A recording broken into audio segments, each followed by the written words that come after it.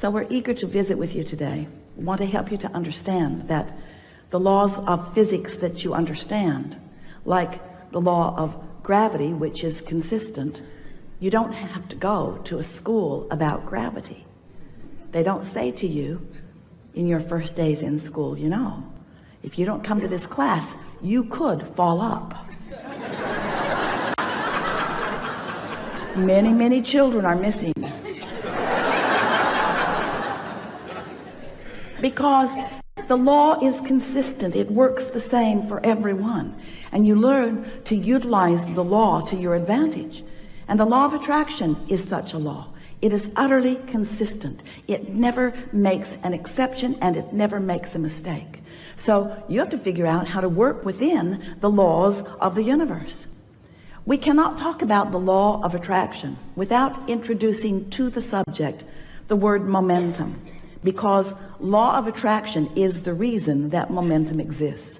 When you give your attention to something for as little as 17 seconds, at that 17-second point, there is a momentum that is discernible as another thought like it joins it, and so forth. So the more you focus, the more momentum.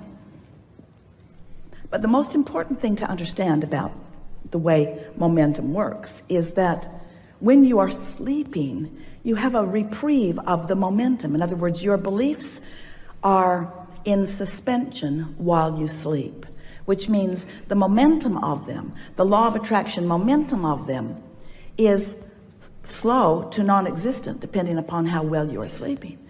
So what that means is when you awaken in the morning, you have the opportunity to reestablish, if you want to, a vibrational starting point that law of attraction will begin to respond to right away. Now, usually when you wake up in the morning, you remember what you were thinking about yesterday, or more important, you achieve the emotional feeling place of what you were feeling yesterday. It's like, oh yeah, I remember I'm not happy. Or, oh yeah, I remember I'm lonely. I'm lonely now. Or, oh yeah, I remember I'm confused. But what we want you to realize is that you don't have to be the same lonely today that you were yesterday, because that night's sleep changed the momentum. But when you wake up in the morning and you deliberately, and you do, call those same people, talk about those same things, focus in the same ways, you reactivate your vibration much as it was before. But you do not have to do that. And that is the most important thing. We want you to realize that you are at a new starting point in every moment. But it is unlikely for you to begin to think all new thoughts when you wake up. Some of you have suggested a lobotomy. We don't recommend it, because there are many things that you believe that are serving you really well. You just want to become a better sifter. You want to become a better discerner. You want to become better at caring about how you feel, and then focusing in ways that accomplish that. If we can, in some way, offer enough words don't teach, and analogies, words don't teach, and conversation, words don't teach. We've enjoyed this interaction immensely. That if we can offer enough that will to stimulate within you the awareness that your point of attraction is everything, because you are the center of your universe, and that you are the perceiver of it, which means you are the vibrational interpreter of it. You translate your vibration into the reality that you are living, into what you are seeing and hearing and smelling and tasting and touching. If we can convince you that since all those things are true, that the only thing that matters to you is how you feel. If you can leave this room with a new determination within you that you now, more than ever before, care about how you feel and mean to do something about soothing yourself. Esther was on an airplane last week going from Boston back to San Antonio, and there was a beautiful family sitting in front of her, a mother and a child about 6 years old, and two little twin boys who were about 2, maybe, if even. They were walking, sort of kind of talking, and they were all strapped into their 4 seats, and Esther was sitting right behind the mother. And when the airplane took off, one of the little boys across the aisle from his mother was terrified. It was probably his first flight, and the roar of the engine, the sound of the machine, the feeling of it on the runway, he was hysterical. And he wasn't spoiled, he was hysterical. He was frightened. It was a new experience, and the power of the airplane scared him. His mother and the flight attendants looking right at his mother like, do not get out of your seat, do not get out of your seat. And Esther is thinking, if I were that mother, I would be out of my seat now.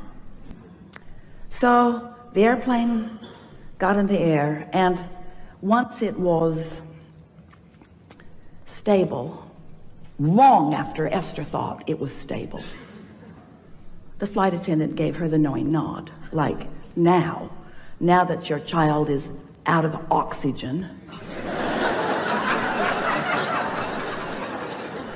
So now mother moved over into his seat and held him tight in her arms, just tight in her arms, kissing the back of his head and holding him tight in her arms.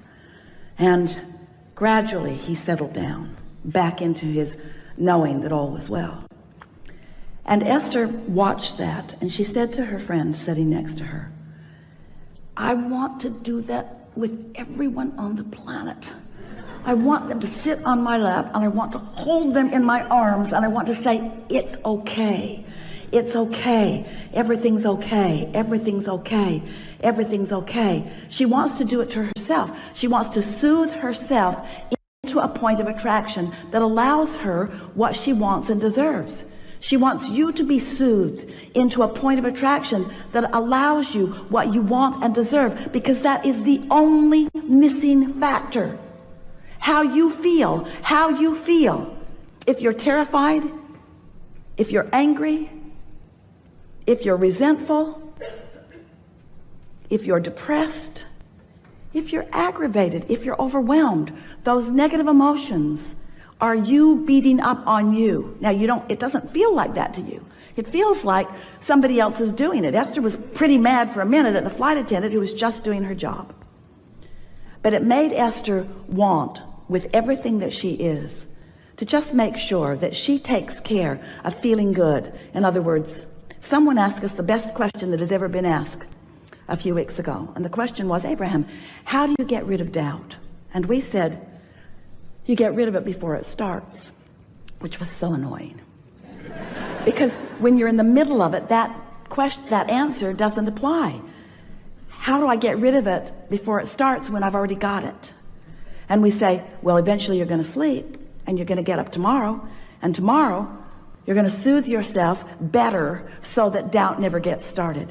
Doubt will never get a foothold if you're watching what you're doing.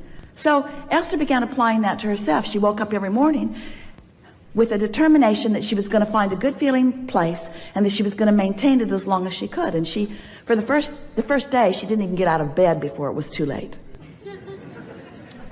The second day it was better. The third day she didn't make it through breakfast. In other words, it took quite a while of Esther caring more about how she felt than tending to emails, caring more about how she felt than tending to what was going on with other people. In other words, you've got to put yourself first. You've got to be so selfish.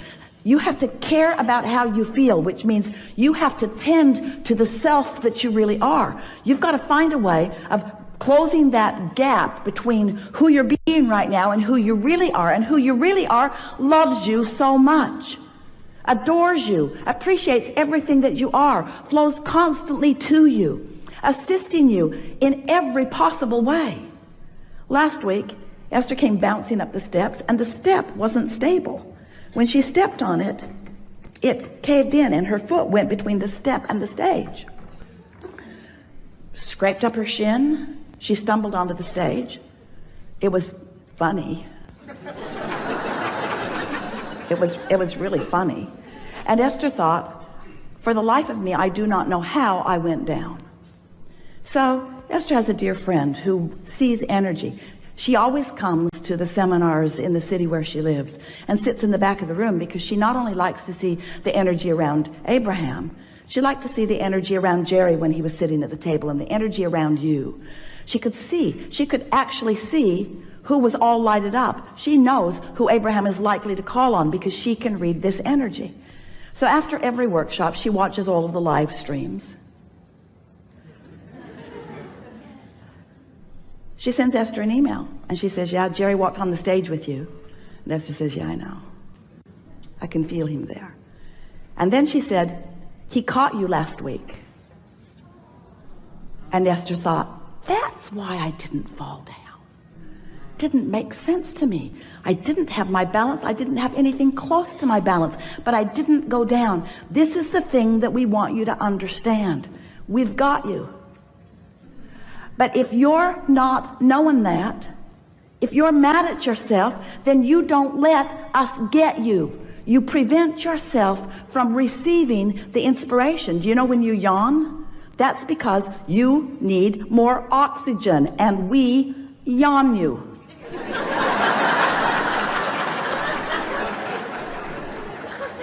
All of you are receivers, you see.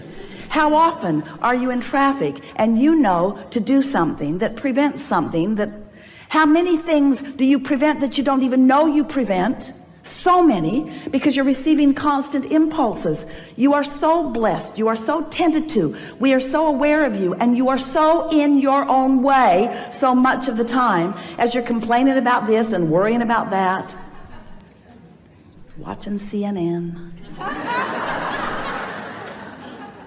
So we want you to know that you are the focal point of so much awareness. And that when you ask for something, we all know it.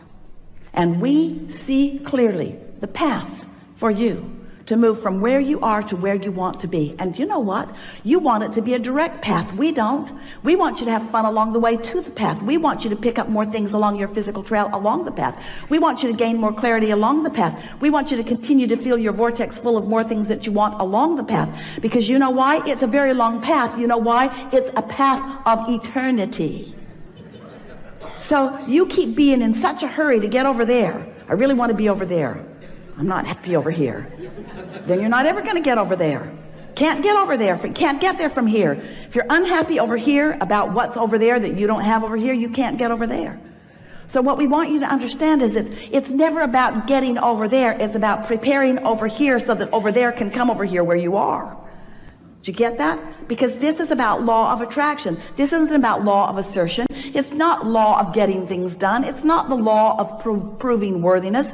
It's the law of attraction. It's about you finding some way to think some sort of thought, to get on, to hold yourself on your own lap and soothe yourself.